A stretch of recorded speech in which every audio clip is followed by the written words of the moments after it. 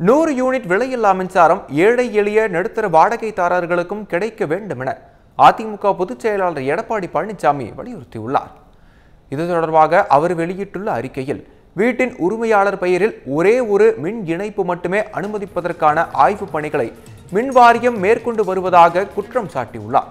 உரிமையாளர்கள் பெயரில் ஒன்றுக்கும் மேற்பட்ட இணைப்புகள் இருந்தால் வாடகைதாரர்களுக்கு விலையில்லா மின்சாரத்தை வழங்க வேண்டும் என்றும் அவர் வலியுறுத்தியுள்ளார்.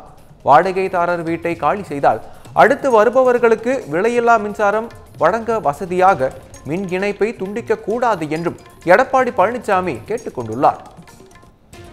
மின் உபகரணங்கள் கொள்முதல் மற்றும் நிலக்கரி கொள்முதலில் கொள்ளையடிப்பதற்காகவே தமிழக அரசு செயற்கையாக மின் தட்டுப்பாடை ஏற்படுத்துவதாகவும் எடப்பாடி பழனிசாமி குற்றச்சாட்டியுள்ளார்.